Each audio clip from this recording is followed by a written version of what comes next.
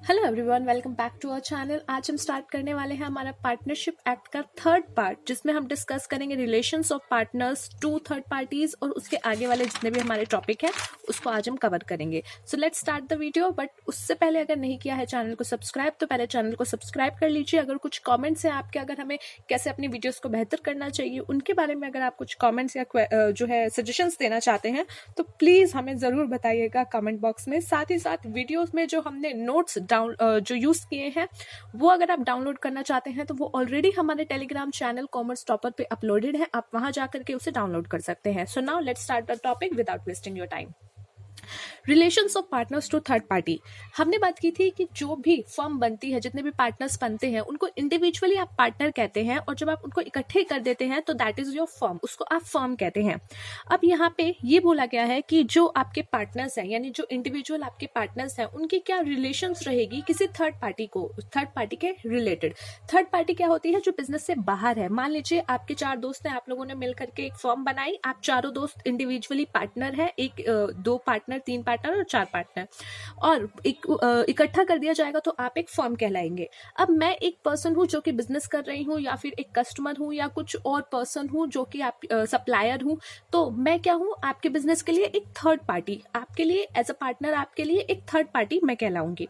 तो मेरे प्रति और आपके जो भी पार्टनर्स हैं उनके बीच में कैसे एक थर्ड पार्टी के साथ रिलेशन होगा, उनमें क्या ड्यूटीज होंगी, उनकी क्या लायबिलिटीज होंगी, क्या अथॉरिटी होगी, उसके बारे में डिस्कस किया गया है इस पॉइंट में।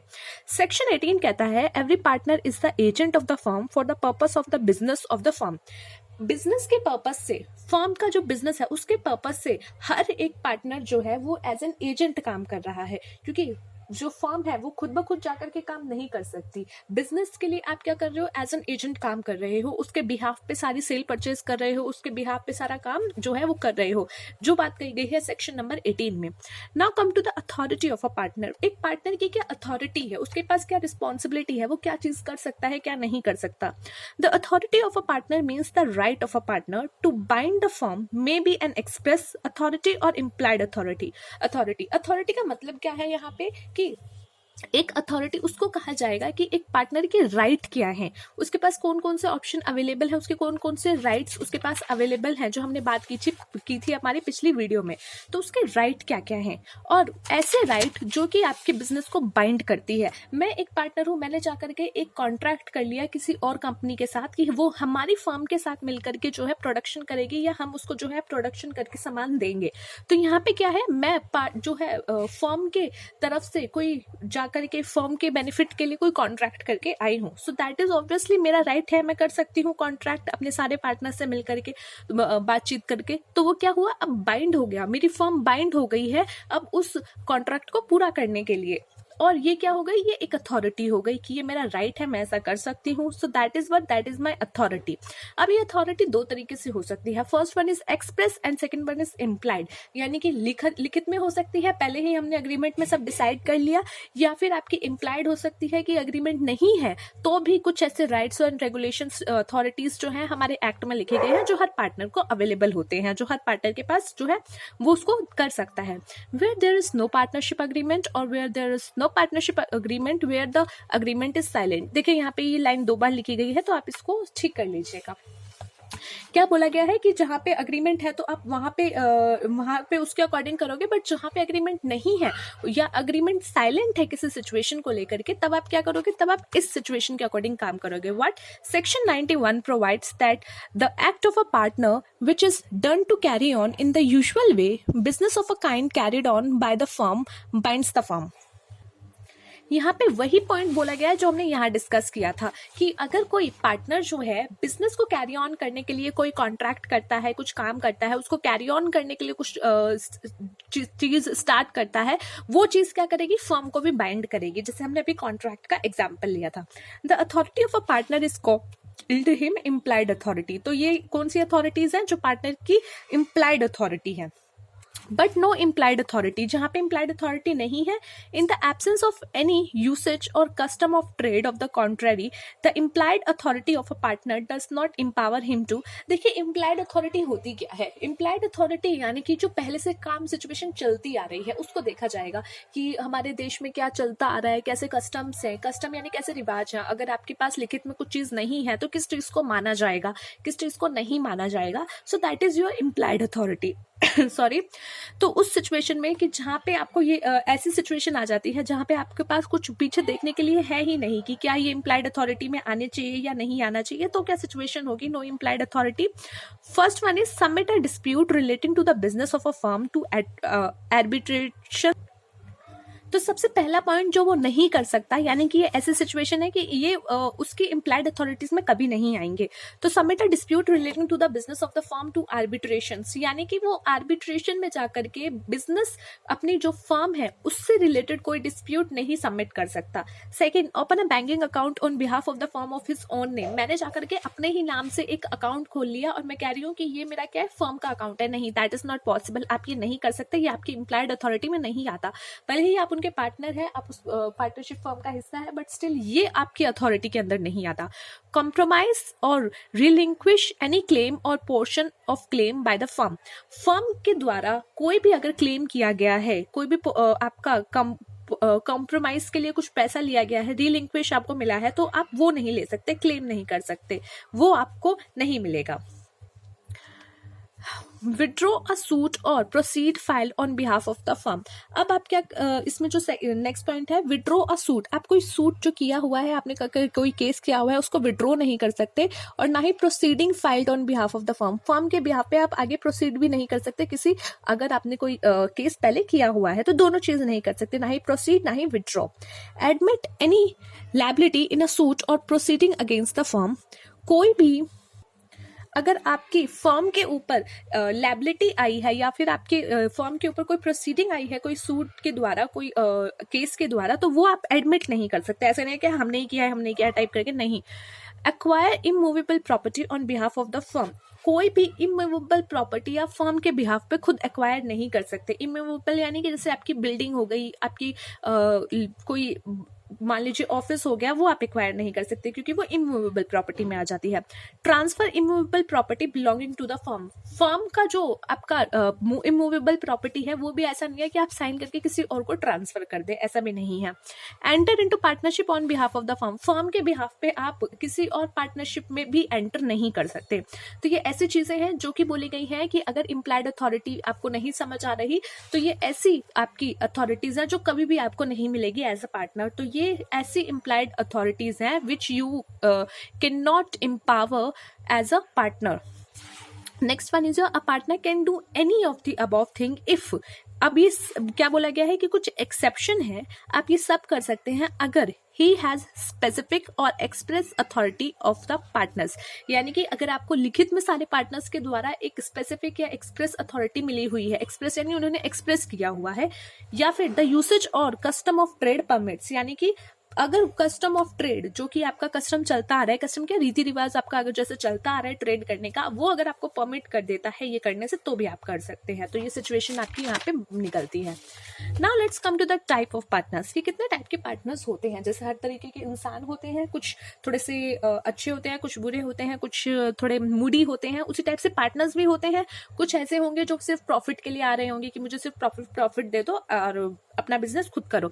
दूसरे होंगे कुछ कि भाई तुम काम करो, मैं पैसा डालता हूँ, मुझे प्रॉफिट भी दे देना, ठीक है, पैसा भी डालूंगा, काम भी करूंगा। तो इस टाइप से काफी सारे आपके पार्टनर्स कुछ बनते हैं, उनके बारे में यहाँ पे डिस्कस किया गया है। सो now let's start the first one which is the actual partner. Actual partner को आप एक्टिव पार्टनर के नाम से भी जान सकते हैं, हालांकि वो यहाँ लिखा नहीं है।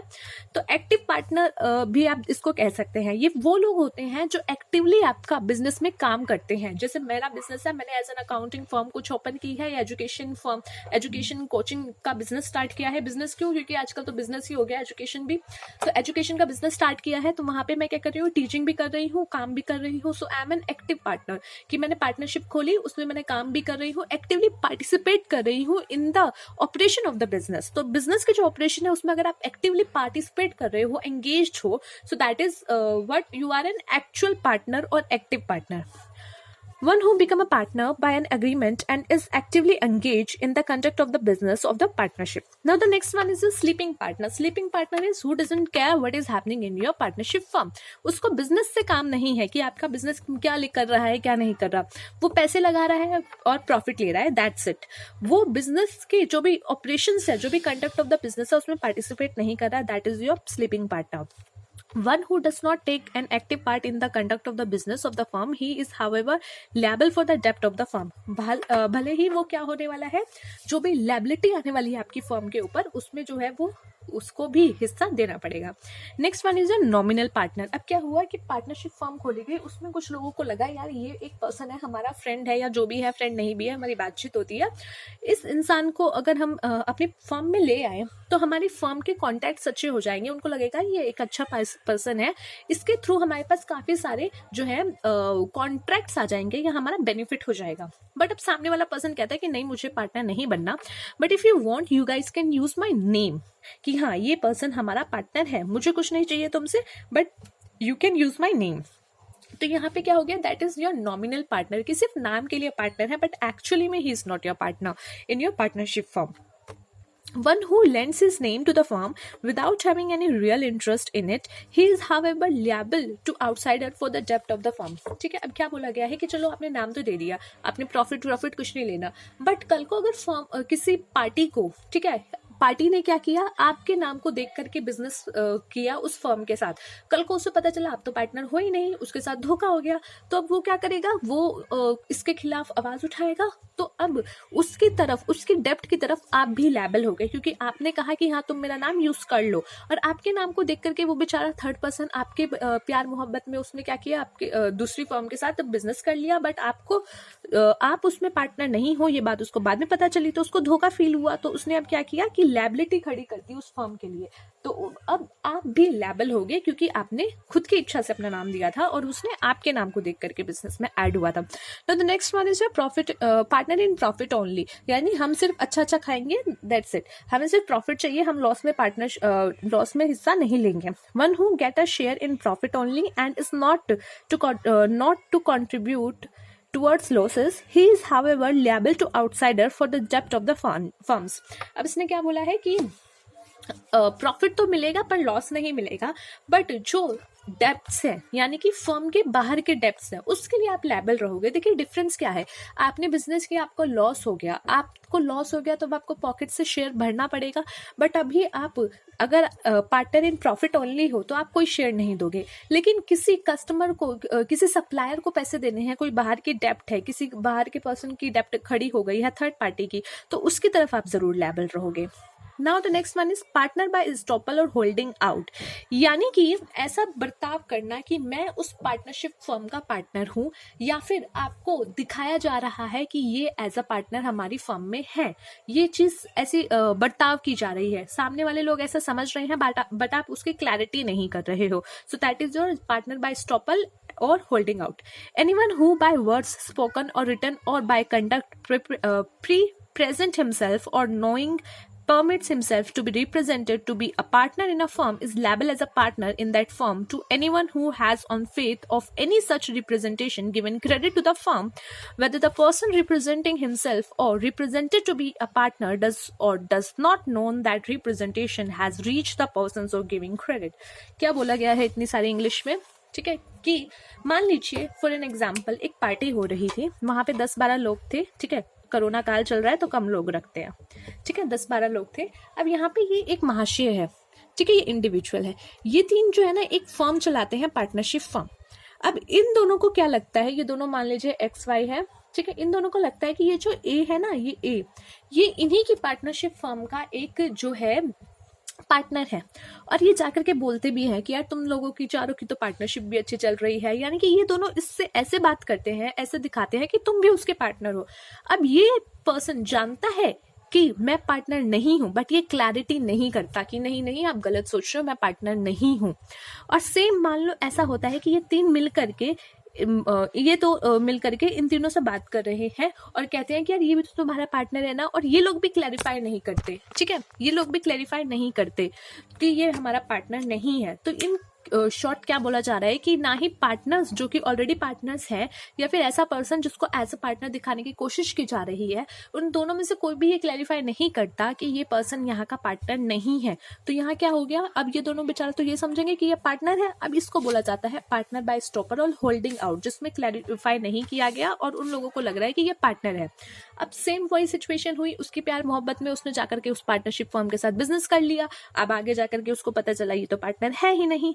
तो सेम सिचुएशन आपके यहाँ पे भी आई थी स्लीपिंग नॉमिनल पार्टनर में, जहाँ पे नाम यूज किया गया था, वही सिचुएशन यहाँ आ गई। तो ऑब्वियसली अब यहाँ भी अगर ऐसी सिचुएशन हुई है, आपने क्लैरिफाई नहीं किया, तो अब आप लायबल रहोगे एज अ पार्टनर ही, आपको भी लायबिलिटी जो है उसकी झेलनी पड़ेगी उन लोगों के साथ। Now come to the minor partner. Minor partner हालांकि कब बन पाते हैं, जब सारे पार्टनर्स अग्री कर जाए। With the consent of all the partners of the time being, a minor may be admitted to the benefits of partnership. और कब किस चीज के लिए ऐड होगा, सिर्फ और सिर्फ बेनिफिट्स के लिए, कोई लॉस के लिए वो नहीं बियर करेगा, सिर्फ बेनिफिट्स लेगा। A minor partner has a right to reach right to such share of the property and of the profits of the firm as may have been agreed upon। जो भी आप पहले अग्री करे होगे कि इसको इतना शेयर मिला जाएगा, इसको इतना जो है प्रॉपर्टी पे हक मिलेगा, वो सारी चीज उसको मिलेगी। He has also a right to have access to and to inspect and copy of any of the accounts but not the book of the firm। अब ये क्या बोला गया है कि आप एज अ माइनर पार्टनर कोई भी अकाउंट्स जो है चेक कर सकते हो, बट आप बुक्स ऑफ फर्म्स चेक नहीं कर सकते, ये बात बोली गई है। हालांकि नॉर्मल पार्टनर्स के पास ये राइट होता है, हमने पढ़ा था कि वो कभी भी किसी भी बुक्स को जो है देख सकता है, किसी भी अकाउंट्स को देख सकता है। In third point you can see to access to accounts and books, ये हमने पढ़ा था, बट इन माइनर आप ऐसा नहीं कर सकते। Next one is your his liability is however confined only the extent of his share in the profit and property of the firm। उसकी जो liability है, यानी थर्ड पर्सन की तरफ जो भी liability बनेगी या जो भी उसकी liability बनेगी, वो कितनी बनेगी, उतनी ही बनेगी जितना उसका प्रॉफिट का शेयर है, और साथ ही साथ जितनी उसकी प्रॉपर्टी है फर्म में, जितना उसका फर्म में हिस्सा है। He may at any time with 6 months of his attaining majority give public notice that he has elected to become or not to become a partner in the firm। If he fails to give a public notice, he is deemed to have become a partner in the firm on the expiry of the said 6 months। अब क्या बोला गया है, देखिए अब एक person था, ठीक है, टप्पू, ठीक है, टप्पू जी ले लीजिए। अब इन्होंने क्या किया, जेठा और मेहता, ये दो नाम है, जेठा एंड मेहता, इन्होंने पार्टनरशिप खोली, दोनों ने पार्टनरशिप खोली। इन्होंने क्या कहा है कि यार अभी ना ये एक बेटा है मेरा, इसको भी हम एज अ पार्टनर ऐड कर लेते हैं, एज अ माइनर पार्टनर। तो ये क्या होगा, सिर्फ और सिर्फ प्रॉफिट में हिस्सेदार होगा। अभी सिर्फ प्रॉफिट में हिस्सा होगा इसका। नाउ द क्वेश्चन कम्स कि ये दोनों अग्री हो गए हैं या नहीं। तो चलिए इसको भी कह देते हैं ये दोनों अग्री हो गए, यानी सारे पार्टनर अग्री हो गए कि हम इस पर्सन को जो है as a minor partner add करेंगे फॉर प्रॉफिट पर्पस, कि उसको सब बेनिफिट्स मिलेंगे ना। अब क्या हुआ, जब ये ऐड हुआ तो ये था 17 का। अब 1 साल बाद क्या हुआ, ये हो गए 18 के, क्योंकि कभी तो 18 का होगा।